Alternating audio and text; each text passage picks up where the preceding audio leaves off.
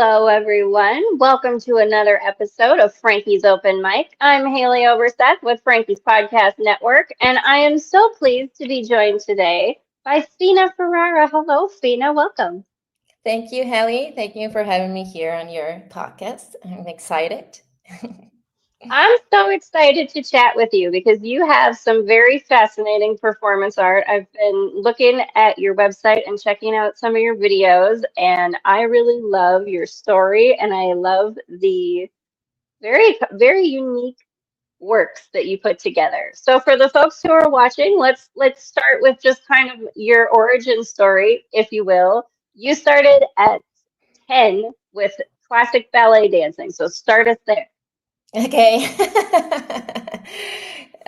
Well, yes, I started my artistic journey as a classical ballet dancer, and as a professional ballet dancer, you need to start at an early age. So I started at 10, and I remember I didn't want to be a classical ballet dancer when my No. mother told me, no, she told me you're going to get into this school and it's for you to be a professional dancer. And I was like, what? No. So I started crying because I was 10 years old, and it was like really shocking to hear at 10 years old, like your destiny is going to be a professional dancer. I was like, I don't want to be that. Like you're just told what you're going to be. I think a lot of people could probably resonate with that. Yeah. But then I joined. My mother said, like, join for a month, and if you don't like it, then you can get out. So I joined for a month, and I just fell in love with ballet and with the school, with all the energy that I could feel with the people. There were also musicians in the school, so the artistic energy was there, and I fell in love. So I started. I really got into classical dance. I really worked very hard, and I finished my career when I was 18 years old, and then I joined the ballet company here in Monterrey. I'm from Monterrey, Mexico, and so I started dancing professionally in the company. But then something was just not very comfortable in myself. Hmm. I wanted something different. I wanted to have like more freedom in my movement, in my expression as well, because I learned during my years that I am very good at interpreting. Yes, interpretation. Hmm. So I wanted to exploit that. And so I joined a contemporary dance company, and I started dancing contemporary dance. And there I had the possibility to, um, you know, express more. You have more freedom of expression. In classical dance, you're just like this perfect princess. And then in contemporary dance, you can go into the floor and do different stuff. So I was comfortable doing contemporary dance, and then I traveled to Spain, and in Spain I took some improvisation courses, which I really loved to improvise. It was the first time that I got into stage without knowing what I was going to do, and just like flow with the music, and it was awesome. It was an Oh, I incredible love. experience. Yeah, I fell in love with improvisation, and to the day I still use improvisation in my performances. The body movement, it all is improvised. And then, well, I came back to Mexico. I had my kid. So it became difficult to work in a company, in a dance company, because you travel a lot. And I wanted to have the time to be with my kid. So I decided I was going to stop dancing, and I did. But I think this creative energy is within me. So Mhm. I started to join a friend. We would talk, and we would like start moving. She was also a dancer, and then we started to record our our meetings, and then I Mhm. started to edit our records, and then I started to create some videos, and afterwards I had this I had like 8 videos that started to create a story. And then when they were all created, she said like, we should, exhibit the videos. And I was like, Hmm. yeah, we should. So through a friend, I met this gallery, La Curaduría, and I proposed our exhibition, and he said like, okay, the videos are good, and I can see that you guys know how to dance. Hmm. Be You like got some. really, yeah, it's gonna be like really boring for the people just to come and see the videos. Like, why don't you do like a performance? Why don't you show the videos and do a performance? And I was like, okay. So he opened the doors of his gallery, so we had the space and we Hmm. had a date, and so we started to create this piece that was called the evolution of the improvised. And we presented this piece 4 times. It was a piece that evolved every time we presented it. It was a different piece, and Well, improvisation that's. was its core. Yeah. Yeah, well, that's it, right. That's improv. It's never really the same kind of thing. And that's Barbara and I kind of talked about that yesterday. Like it's like cooking when you're just cooking with what ingredients you have in the house. You can't always Mm. recreate it because it wasn't a recipe. Yeah. So basically, that is how I started doing performance. Um, that was like the first performance I did. Well, when I was in Spain, actually, I did a piece that was called Uriel. That is my son's name, and it was the first time that I did something on my own, because as a dancer you work with a choreographer, with a company director, and you are like, if we would do the relation with a painting, it's like the dancer is the color, and the choreographer Hmm. is a painter, no? So you're just like an instrument. And in Spain, it was the first time that I did my own piece. It was more like a contemporary dance piece more than a performance, but it was the first time that I was presenting in a gallery space where the people are closer to you. That's something that I So, like. okay, well that's something that like, and you, I think I read on one of the interviews that you did, the kind of close knit interaction you have in a art studio type space as opposed to being up on a stage where you're separate of the audience. That's, do you feel like the improv is enhanced by having that kind of interaction? I mean, that energy has to be very different for you as the performer when you're kind of bumping up against guests, right? Yes, definitely. Yes, that is something that I enjoy a lot about performance, is to having the people close to you. In difference of being in stage, like you say, yeah, I have this fourth wall. That is something Mhm. that I really, um, that is something that I like. I really crave for, no, to be really connect with the people, and definitely that they are there, like you say, you bump into them, or you have the Mhm. possibility to react to their reactions. So that is why, the piece has to be improvised. It just has to be, because you have to have that liberty to react to whatever the guests or the audience are, how they are feeling in the moment. And that is how you're going to, you're going to take the performance that way. Even if they are feeling this other way, then you're going to take the performance this way. Mhm. Something like that. Well, so there's a lot of intuition that you have to tap into in the moment while you're improvising like that, right? I mean, because you could get close to someone whose reaction is a really just discomfort or really like not really knowing what to do, and there might be kind of a jarring energy to that. So, have you experienced things like that in the middle of these kinds of performances where maybe people who are there for the art don't necessarily expect that you'll get that close to them? And is there any experiences you've had like that? Yes, yes. I have like a lot of different experiences. But usually when I get like really close, normally people like they push a little bit I back. get kind of nervous. Yes. And after the performance, I really like to talk with the people to get, you know, the feedback of how they felt and everything.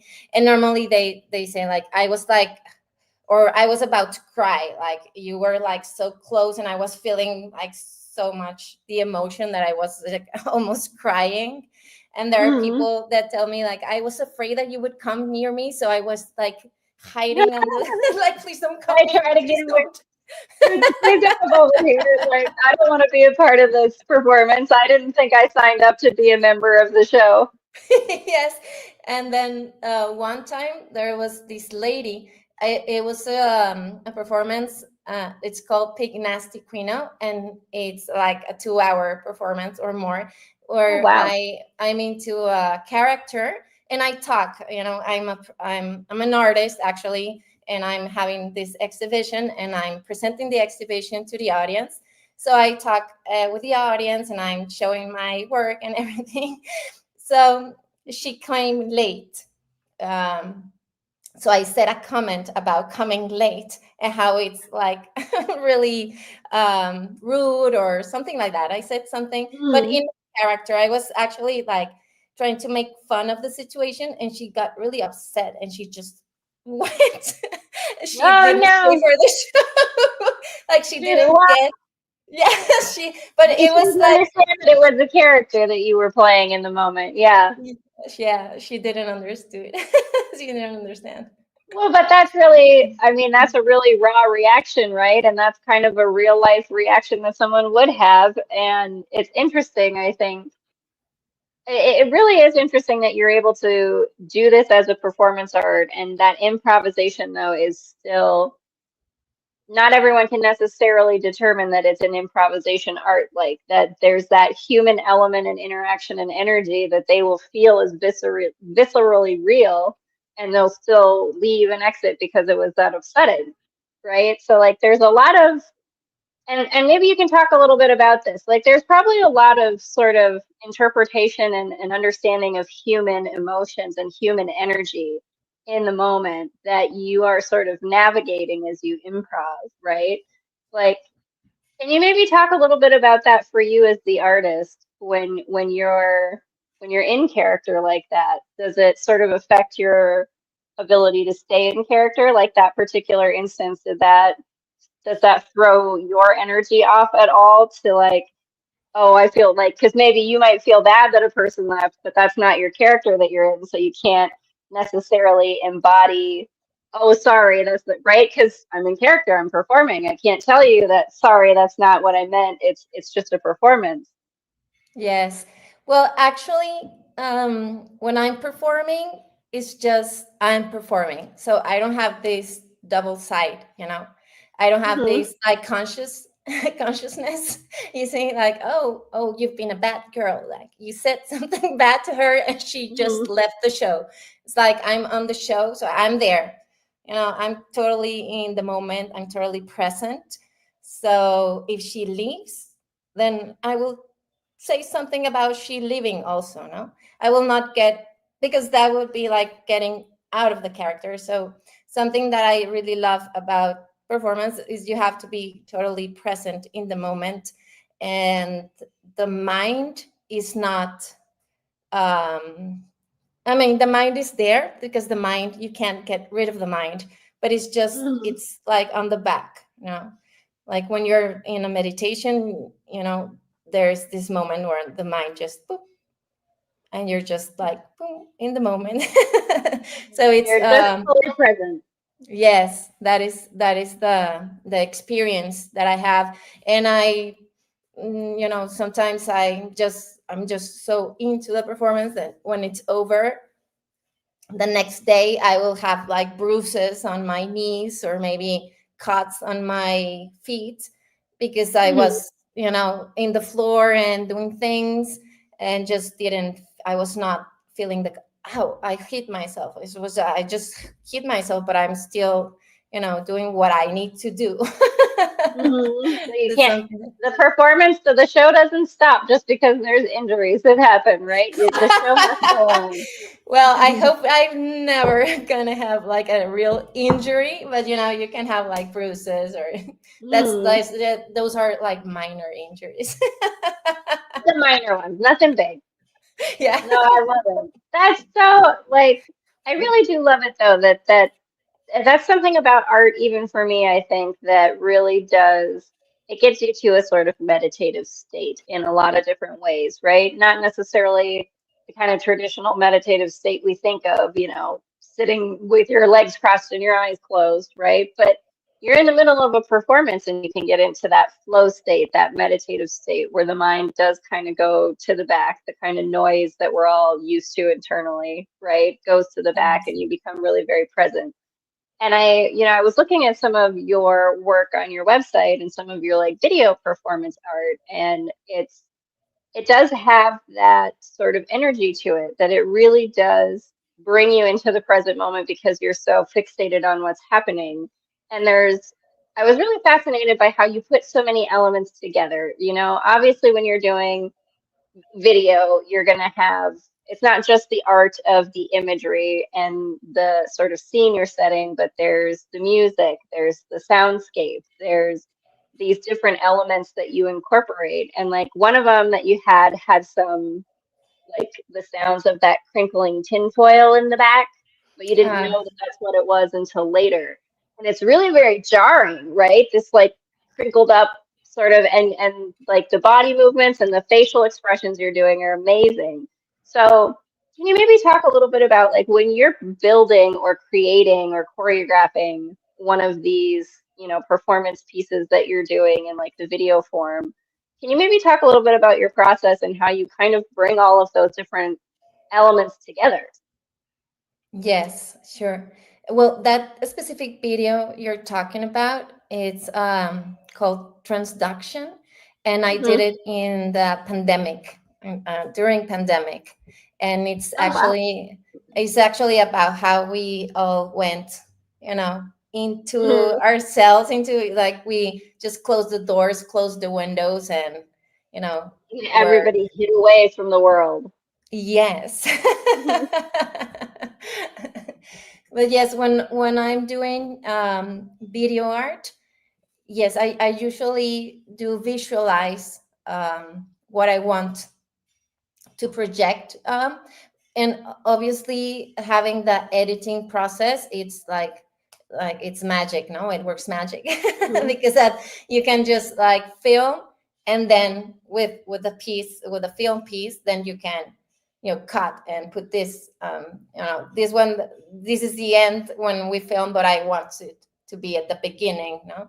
And then you Hmm. overlap the music also, and how you, well, my process with video performance, it also had to do with dance, because when I was a dancer, I used to like hear music when I was in the car, maybe riding, and then sometimes I would look through the window and hear the music and see how the music would synchronize with the movement of the outside movement. That could be maybe the Hmm. trees, or maybe like a person walking. Sometimes there are these synchronicities with the timing of the music, like ding, and there in that ding, the person just threw something like a trash or something. No, so it's that kind of synchronicity that I would observe. um, I wanted to put that into a video. And at first I thought of video as a video dance. There's also this Hmm. well, video dance is a little bit different because there's always like a choreography, and the movement, it's very important. But then in video art, it's not about the movement, it's more about the message, what you want to say through Hmm. the video. But I think I do have that element of the video dance, that I like to synchronize the music with the movement, or with the flow of the images, no?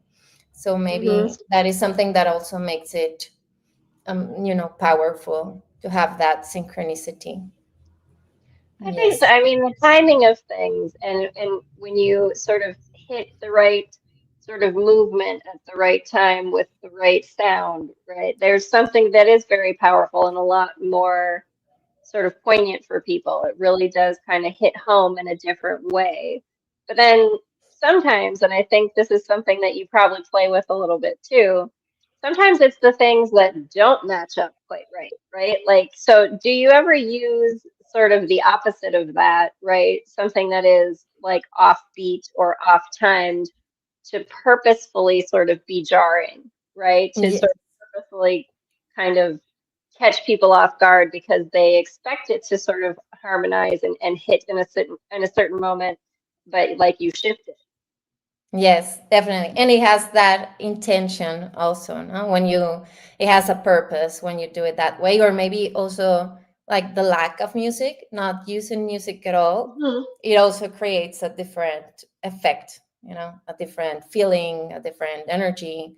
So, yes. And sometimes also not having music, or, having this pause moments, Mhm. they also create a lot of uneasiness on the people, no? Mhm. They're like expecting, like, okay, something has to happen. And And then not if it doesn't, they're like, necessarily. right? No, and then they're like, what? This so it I do love that. Like it again, it engages your audience in a different kind of way when there's sort of maybe certain, for example, cinematic type elements or sort of classic elements that they're expecting. But then as a performer, you kind of have to shake them out of that box a little bit and kind of do something a little different. So can you maybe talk a little bit about like when you're creating things, do you I don't want to say maybe purposefully try to stand out, but how do you sort of keep things fresh or keep things new for you? Because and we kind of talked a little bit before the show about it. You know, you have been dancing for a very long time. You've been like since you were 10 years old, you spent a lifetime doing this. So, do you ever have to sort of get outside of your own mind or outside of the box for yourself in different ways to kind of keep it fresh and interesting for you? Yes. Well, I think definitely. There is yeah, I think you have to be like very in tune with your body, with your feelings, with your emotions, and like listen to your body. Sometimes your body just feels like doing something different, and that Hmm. it's good. That is good. It's asking for something. So if you listen to it, go with the flow with what it's asking, then you will discover something. Maybe your body has like this little present for you, this little gift waiting on the other side. And then, oh, I just lost my train of thought. Oh, like boomerang. It'll come back. like Mhm. We'll get it. like, what was the question again? Mhm. I love it. No, I love when that happens because maybe that's just like the conversation wants to go in a different direction, just like your body tells you to go in a different direction sometimes, Oh, right? yes, I got it. It Mhm. just came back. There we go. Also, my performances are all about the well. Something is I was talking right now about the body, but then there is also the emotion, no? And the message of my performance. It's usually changing. No? It's a Mhm. different message that in each performance, and that message comes from within, from my need to understand something that is happening to me. It's like a personal evolution, and at the same time, sharing it makes it like a collective evolution. So Mhm. it's about this uneasiness, or sometimes you feel uncomfortable. There's things in life that happen that make you feel uncomfortable, and Mhm. feeling of uncomfortable is an opportunity for change and for evolution, no? Mhm. Because when there is this uneasiness, what you normally do is like you change. If you're in a group of people and they're talking and you're feeling uncomfortable, what you do is just to walk away and go to another place. No, so it's actually a push for change, feeling uncomfortable. And what I do is I try to understand what I'm feeling, why I am feeling that, and from there I start working with a new performance. And since I'm a human in this society, I usually the uneasiness that I'm feeling is also something that has to do with my ecosystem, with my with everything that is around me also. And going through this process and then showcasing it is also like giving people an opportunity to reflect on this process that I've been reflecting myself, but that I know they will connect also, because they are also part of the society. They are also part of this ecosystem. And if I'm feeling this, I'm sure at least someone in the audience has felt it also. Just because he's a human and he's part of the society, there's surely he has felt it too. So that is something that I like to work with this uneasiness that is that makes us want to change, instead of just avoiding it. Sometimes people just avoid it and just go ahead with what they're doing, but it is, if you put attention to it, it's a sign that there is something that needs to be taken care of. That's how I put it. I do really love that because, it's a beautiful way to frame it through performance art and through that sort of dance expression or the art expression. But that is something very human, right? We all experience discomfort in some way, shape, or form as we move through life.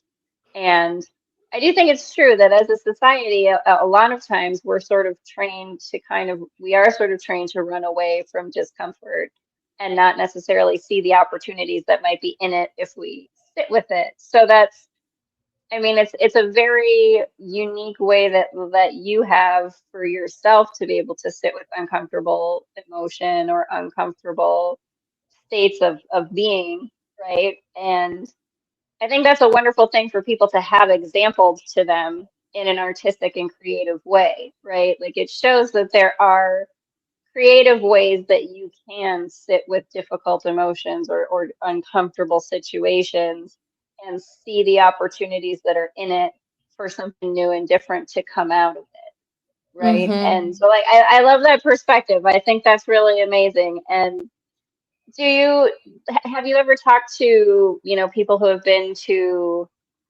maybe some of your performances, and has that kind of elicited something from them in terms of like learning to be in an uncomfortable space or position, or are there other maybe emotions that you've expressed or things you've expressed and then people have said that, like you said, that one woman and said that she was like almost crying when you got close to her in a performance. Do you have other spaces in these interactions where you've seen that it's kind of shifted someone's perspective on that kind of discomfort? Yes, yes, yes, yes. Usually after performance, like I said, I like to have the feedback talk with the people. And there are a lot of people that have told me that, well, there's usually like at least one person that cries during the performance. This last performance that I did in Mumbai, there was this girl, and I remember because I went really close to her and looked her in the eye, in her eyes, and she was about to cry. So I knew it. And after the performance, she said, like, I wanted to cry, like you made me cry. Like, and I was like, oh yes, I noticed. I noticed you were about that too. It did not escape me. Yes. And for example, I did this performance that is called A for Sarah, which is about abortion. And that is I went into abortion through the perspective of grief and not about if it has to be legal or not legal. It's just about the grief. It's an actual grief that is happening there, and that it's not recognized. It's actually called unauthorized grief. And so the performance was about this process of healing the grief. And after, when I finished the performance, there were two persons that came up to me, and actually they were men. That is something that it caught my attention. And both of them told me, one of them told me, oh, I had an abortion with she's actually right now my ex, but I've never talked about it. It's the first time, like, you're the first person that I'm telling this. No? And although my perspective was about, me as a woman carrying this grief, there men also carry the grief, and they don't talk about it. And that was the performance about, how to really have this opportunity and this space to express it, because it's important, as humans, to let that grief, you have to have this process. And then this other guy, he told me he was married they had two kids, and then they had a third one, which they aborted. And he said that with his wife, they didn't talk about, so they haven't talked about it. And that lately he felt that they were having like kind of difficulties in their relationship. And he said, like, I'm wondering if maybe this is something that is between us, and that we have to talk about it so that we can reconnect once again. So I think it was very powerful in that sense, to have these people, even if they were just two persons in the audience. Like, for me, it's like, my objective, I did my goal. Like, somebody really had to make a change. They got conscious that they needed to do something different.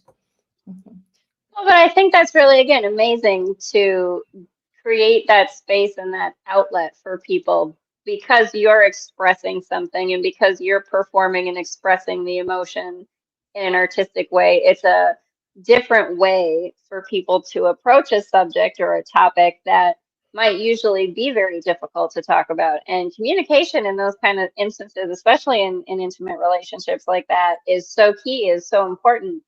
And yet we do have a society that is very uncomfortable with those emotions and pushes them away or hides them or suppresses them, instead of expressing them and feeling like it's safe to be vulnerable, to go through the process of whatever the emotions are that come up, Yes. and that, I really think that's such a beautiful, powerful thing that you can do through art. And a lot of, it's fascinating to me, like, that you're able to, and that you're willing to address these kinds of, topics and issues that are very sensitive, because it gives people an opportunity to say, well, okay, if she's going to address it in an art performance, well, then I can address it in a conversation, certainly, right?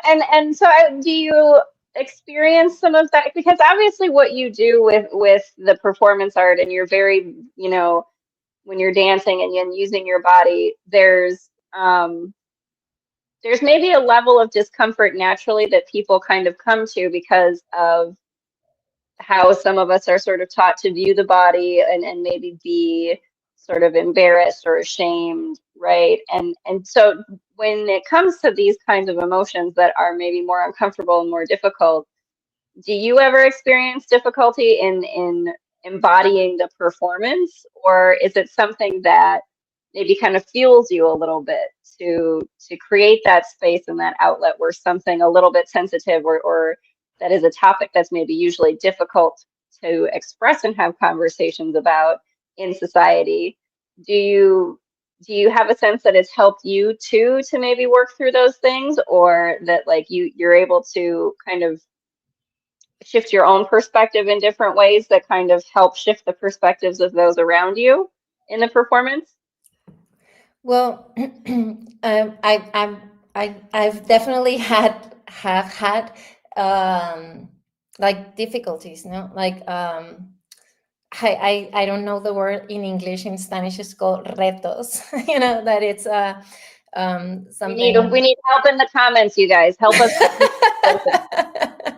Somebody get on Google Translate. Yes. Give us an assist. Well, yeah.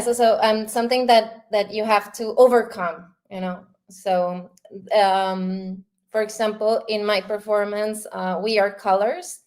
It was because of that performance, because of how the performance was arranged. It was perfect, or it was better, or it was perfect for me to be like completely naked. And it was the first time that and it has been the only time actually that I've been like completely naked in front of the audience. And it was something that I did had to like overcome, you know. Hmm. I remember like feeling all jittery like in my body Yeah, because I would. and I mean, that's a big vulnerability to put out there for a performance. That really is. yes, yes. So it's not like something that is easy, you know. Just oh, Hmm. okay, just take your clothes off. It's like oh my god, I'm actually going to do this. I'm going to do it. So I already decided that I'm going to do it.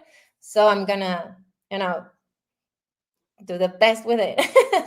So for that performance, I also shaved my head.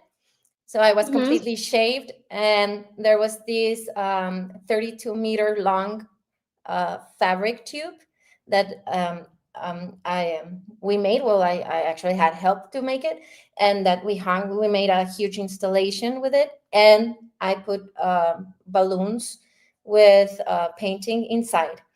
So actually, nobody knew that I had shaved my head because I shaved it like one day before the performance. Oh, so So that was a big like, hey guys, surprise! Like, if you thought it was going to be controversial before, just wait. That there's more. yeah. So I came out with my head shaved, and some people like they didn't recognize me. I remember Hmm. there was this one person that she was so shocked, that she was really shocked that after the performance, and I'm saying like months after the performance, we would see each other like there was maybe like an exhibition, so I was there and she was there also, and she would like walk away from me, you know. She wouldn't even say hi. She was like like I'm Wow. gonna, yeah. And then after, I don't know, maybe like a year or a year and a half, she actually came to me and said like I am so sorry like that I like acted that way, but I was like really shocked by, you know, looking at you like all shaved, and I just didn't recognize you, you know. I just couldn't recognize you, and I like her reaction was like push away completely, like don't come near Yeah. me. I don't know Don't who you like. are.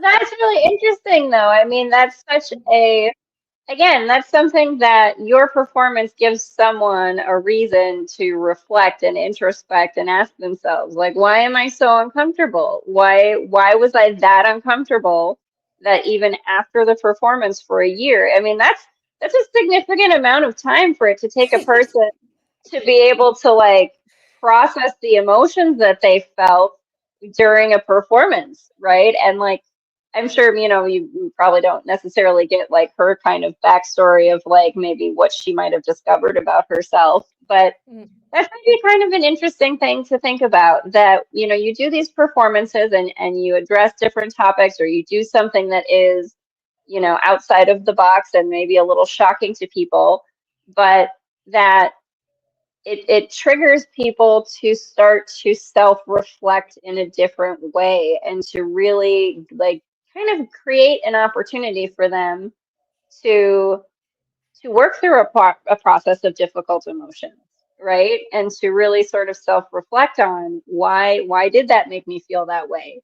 And again, I think it is such a really beautiful thing that you can find a way to do that through art, because it's something that people can approach it as it is just art, or it is just a performance, the way maybe they would approach a movie or approach like a physical piece of art, right? But again, it's an opportunity for people to really self-reflect on themselves and say, well, why was I so uncomfortable? So have you ever had experience then where a performance you've had, or maybe reactions that you've received, have kind of flipped on its head and flipped on for yourself, to kind of ask yourself, okay, well, why did I experience that? And have you ever had sort of a performance that maybe launched into another performance or another topic because of what you experienced in this performance that made you have to explore something in a different way? No. No. But I I love think it. Tell us your perspective. I love it. What do you got for us? but I think it's because when I get to the point of performing, when it's the performance starts at 7 and I'm okay, the performance starts. When I get to the point, I've already made like all this process, you know. So and I'm talking about months, so maybe I Mhm. 3 months processing all this information little by little, different types of process, creative process, emotional process, and reflecting about my past, my present, my future, my behaviors. How can I be different? And also, so when I get to this point, I am confident in what Mhm. I in my own process, and in my own resolution, to say in a word. So when I'm there and I'm presenting it, it's just like this is like the final step, you know, just sharing it with you. This is my final step, to share it with you. And no, there was one time that I did feel uncomfortable, a little uncomfortable. But what I did during the performance was I was a little bit, why is this girl doing this? Because it was in peak nasty window, and I was on top of the table, which was part of the performance. I would get on top of the table and start dancing and getting people's food into my mouth, and like doing this kind of mess. That was I part. love that. That's fun. Like you get to, excuse me, I'm just gonna steal your snacks while I'm up here performing. And I'm all about that. I would have loved that. Like that's like, please, yes. Fina needs to come to the next dinner party that I have, because I would just like, that's just too much fun for me.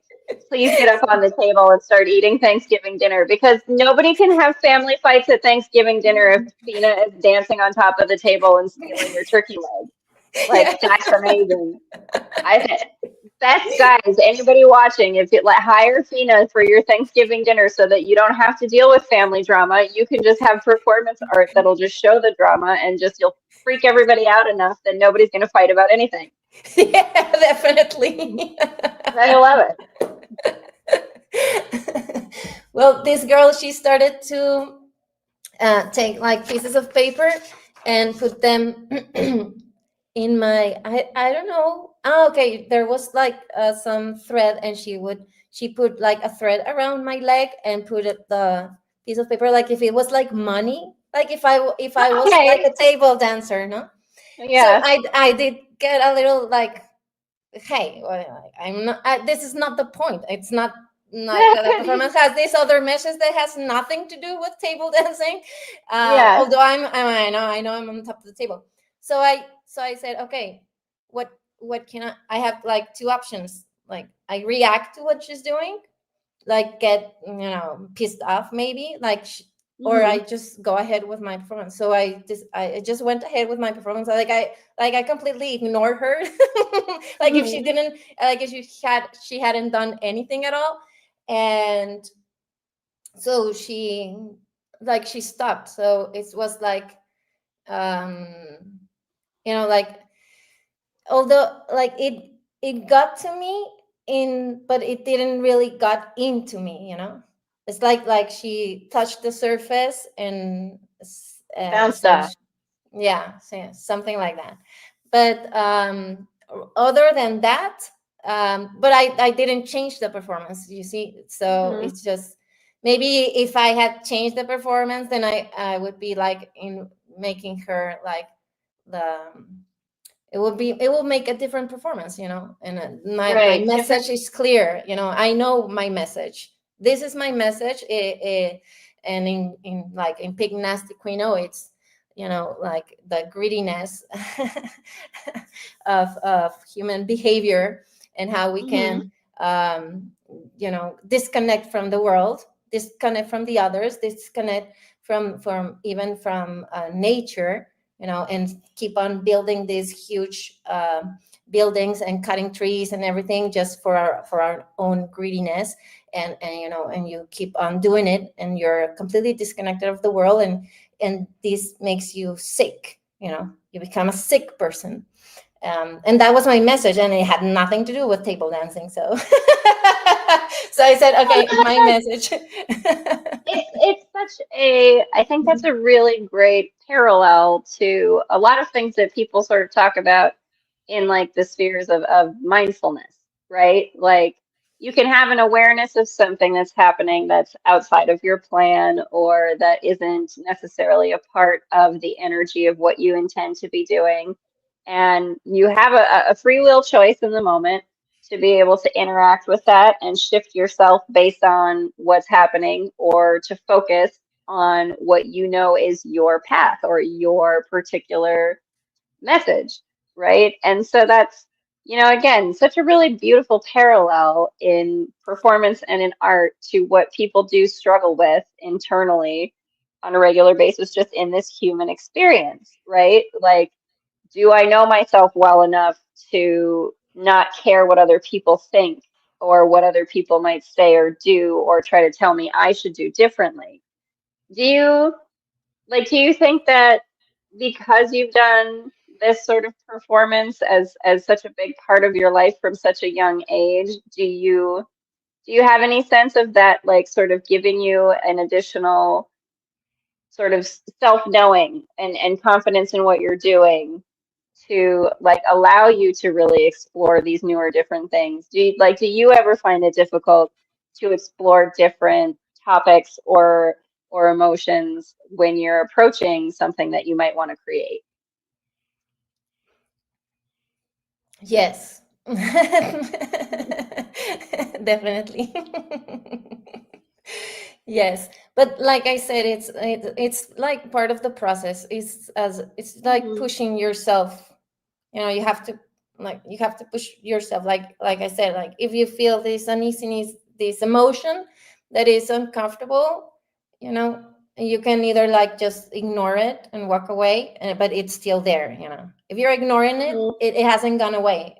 You're just ignoring it. It's there. You know, and it's gonna come to you. You know, in one way or the other, it's gonna come to you, because that's how emotions are. They have to, you have to let them free. Yeah.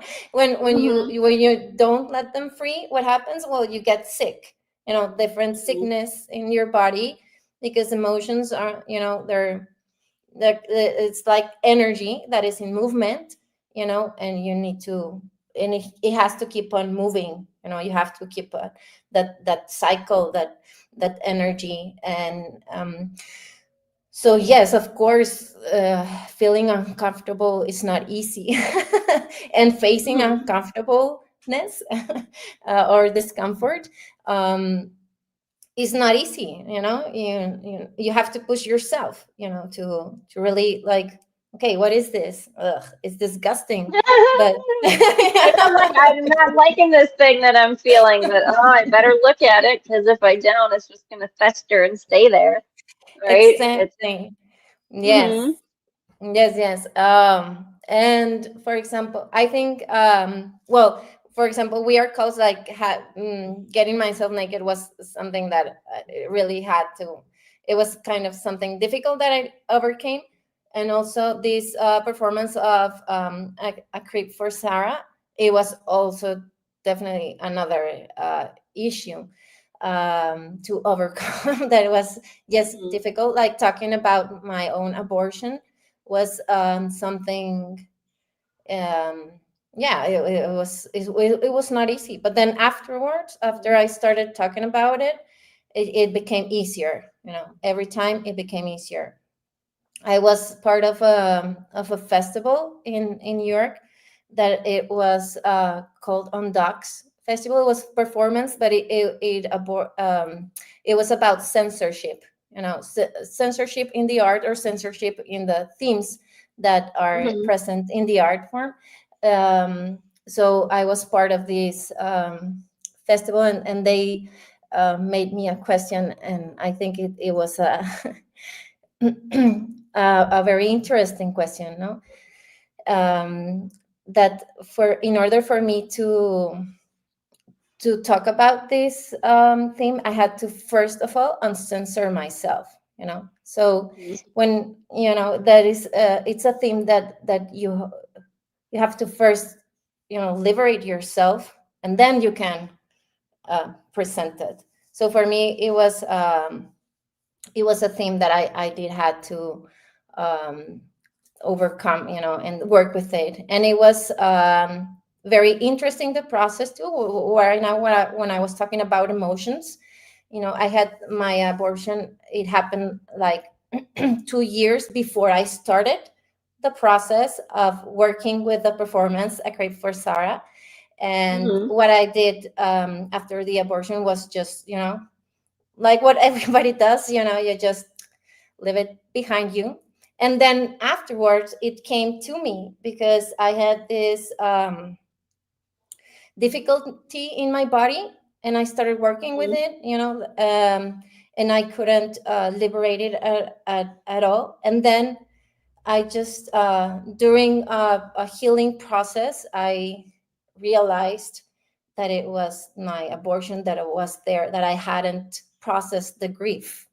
So my emotion was bundled up in this area of my body, and I had to process it. And when I started processing this emotion through my performance, through my creative process of the performance, then this difficulty in my body is just started to liberate. And it's interesting how when I was going to different therapy, like therapy, well, emotional therapy also, but also like physical therapies, and Mhm. I would talk to my therapist about it, and he would say yes, like it sometimes we are working with the body, and it just doesn't release because there is an emotion there that is stuck, and you Mhm. have to work on the emotion so that the body can release itself. So yes, it is That's it's I think it's like also to integrate everything, the mind, the mhm. body, the emotion, the The art. spirit. It's and that's, again, there's so many people right now who are looking for exactly that. And I think it's really beautiful that you show that there's so many different ways, like through creative expression, that people can work with their own emotions. Like there's an element of health and well-being to exploring your emotions and to finding those creative ways to delve into those difficult things, right? And so I really do appreciate you sharing all of that and sharing your story and being vulnerable enough to not just have that performance art, but to have the difficult conversations around it that, again, create an opportunity for others to say, okay, well, if she could find a way to work through that kind of a grief or that kind of a difficulty or that kind of energy to, heal yourself because you needed to heal that emotion, maybe they can find a way to do that too. And I think that's such a really beautiful thing that, you're not just offering entertainment to people, you're not just offering art and something beautiful to witness, to observe, but also offering to them an outlet or an idea or the possibility of what you can do when you allow yourself to be with something uncomfortable and to liberate yourself and not censor yourself in expression, right? I Hmm. think that's a really beautiful thing. I can't believe we're almost at an hour already. This has been such a great conversation. So I do want to give you an opportunity to let folks know what you have coming up. I know you've got that show in June in Paris, but so let folks know what they should be watching for you. Okay. Yes. Well, yes, we're having the show in Paris, the 5th, June 5th, La Rupture du Désir. That is how it's going to be called. And I'm excited about this performance. Yes, it's about pleasure. And it's like a small critique about instant pleasure and instant gratification and disposable love. That in this current society, it's kind of difficult to create like real bonds or real relationships, because of this way that we live, when it's just like we dispose like the other person, like if it didn't exist, something. Right? Like it's like fashion trends, I think that's Yeah. true. Like that'll be a really interesting exploration. I'm excited about that. Yes, and I just got an email from Siddhant yesterday night that I'll be in Mumbai at the beginning of May doing another performance that is called Parasito. And this performance is about how we as human beings have become parasites of our own home, which is Earth, and also how we humans can be parasites to other humans as well when we don't take the other person in consideration, just looking for our own well-being. And so it's going to be also an interesting performance to watch. Again, so very very relevant topic for people to explore. So I'm excited to see what kind of reactions that you'll get, and I'm thrilled to hear about all of it. We'll have to bring you back again so we can talk about that performance art. I'm really excited. Yeah. Thank you so much, Fina Ferrara, for joining us for this another episode of Frankie's Open Mic. I've really enjoyed this conversation. I so appreciate the different perspectives that you have and the things that you create with your performance art. You really do have a lot of very unique pieces and a really wonderful, open, broad perspective. I think that is wonderful that you share in such a creative way. So I thank you so much for joining me for today. And thank you everyone who's been in the comments and who's been watching, and everyone who watches this one later. Do check out Fina's information in the description below. We've got her website and her links. And keep an eye out for more performances from Fina around the world. Yeah, thank you, Haley. It's been a pleasure. And thank you all for watching. Thank you. And everybody have a great day. We'll see you next time.